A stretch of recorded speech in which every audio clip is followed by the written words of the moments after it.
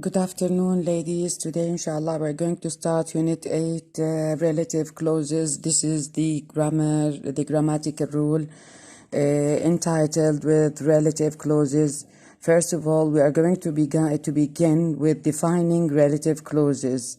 They are used to combine two sentences. There are two types. First of all, the first type, which is called the defining relative clauses.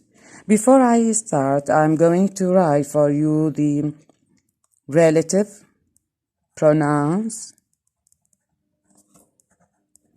and the use of each one. First one is who. It is used to identify people. Identify people. Or to ask about people. Now I'm going to write example for each one. Which is used to identify things. Things include non-living things and animals, things such as animals and non-living things. 3. That is used for both people and things. Whose is used to ask for possessive. Possessive, which means mulkiya. And here we are going to the second section, which is called the relative adverbs. Relative adverbs.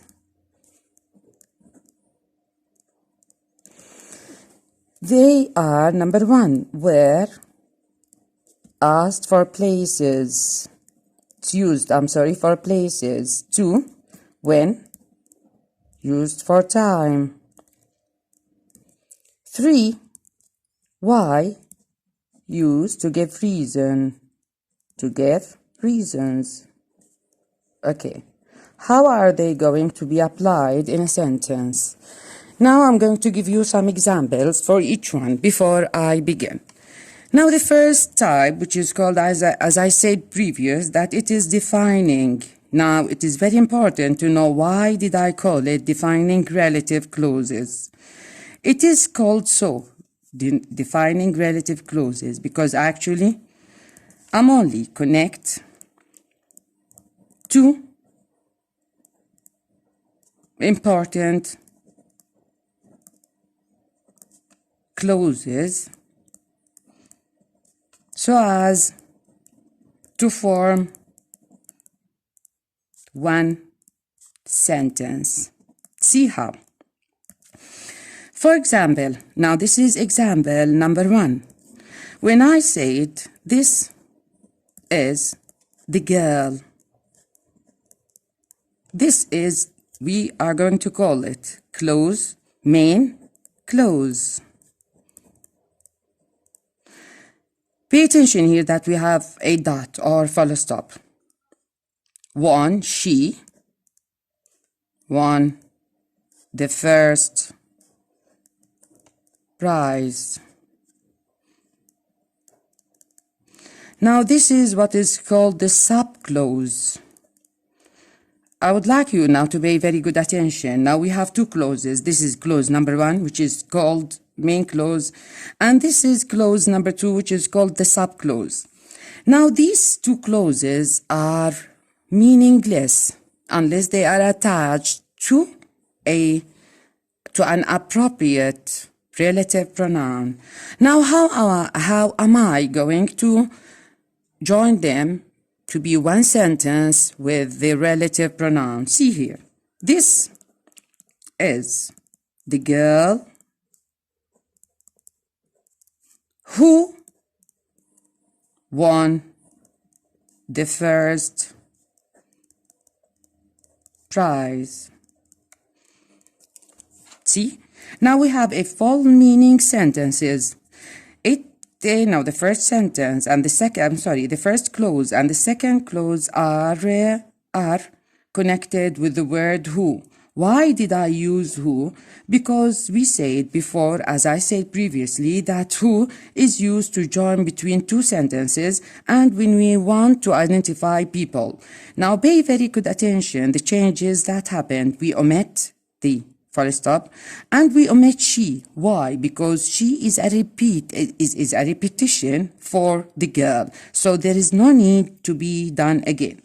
I'm going to write another example for you ladies. I know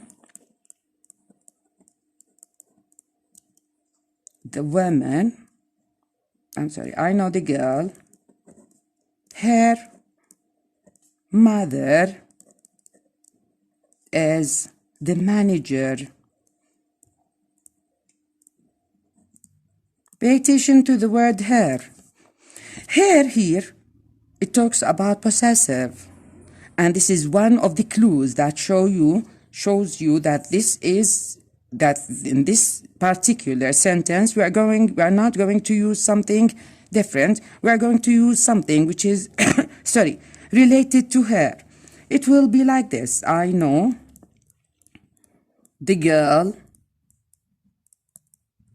whose, pay attention, whose mother is the manager. Okay. Now, what are the changes that happened? We omit the dot and we also omit her because there is no need to her. Whose is going to have the word her. Okay, now I'm going to give you another example. 3. I still remember the date, full stop.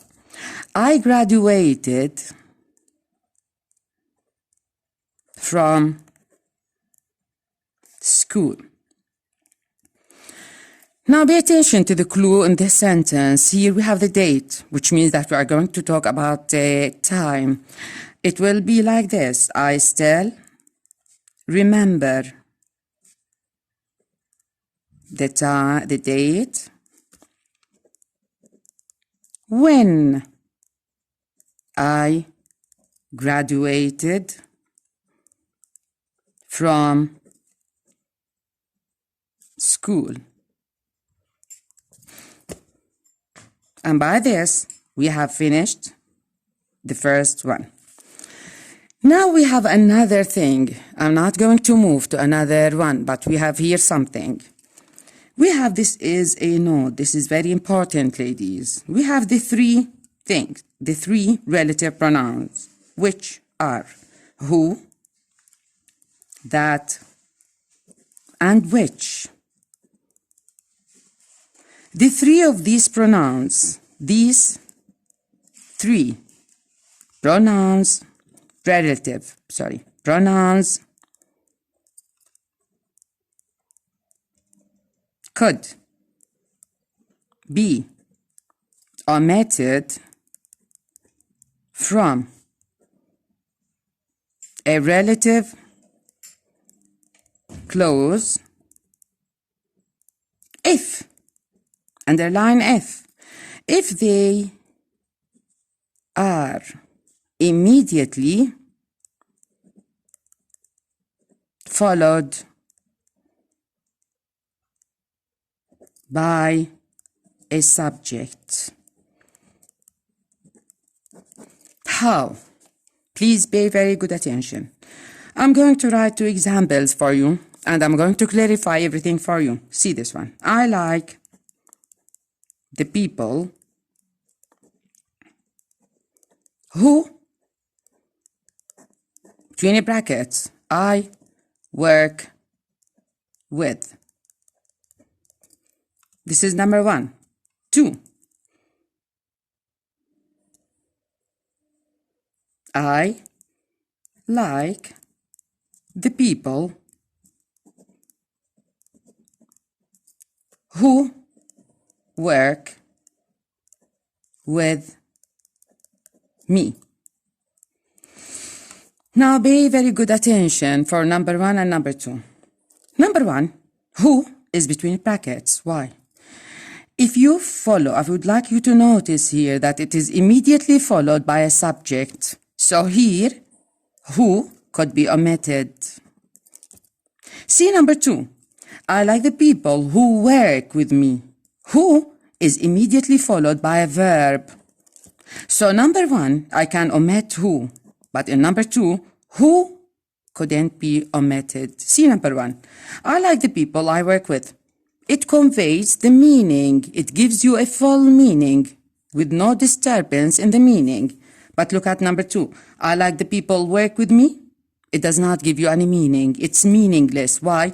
Because who here is very important to be but and to be here within the sentence. But here I can remove who with no harm to the sentence. I'm going to give you another example.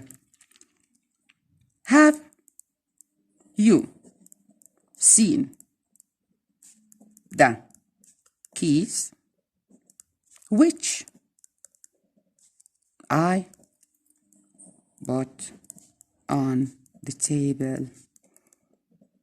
Now you can recognize yourself so easily. Have you seen the keys which? See here, which between the brackets. Which is immediately followed by subject. So which here could be omitted. Okay, see the other one. Have you seen the keys which were on the table? Pay attention. Which here, which we can omit. Here, which can't be omitted. Why? Because it's immediately followed by a verb. It's so as simple as this. Today I'm going to finish this one after this part. And later, inshallah, I'm going to give you the other things. Have a nice day and thank you. Yours, your teacher, Miss Hala Sheikh Ali.